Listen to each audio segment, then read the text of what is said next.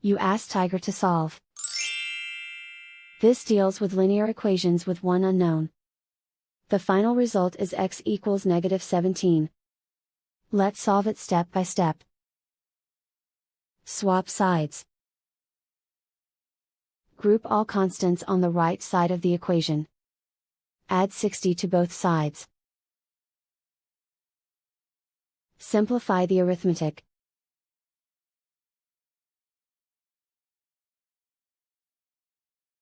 Isolate the x. Divide both sides by -12. Cancel out the negatives. Simplify the fraction.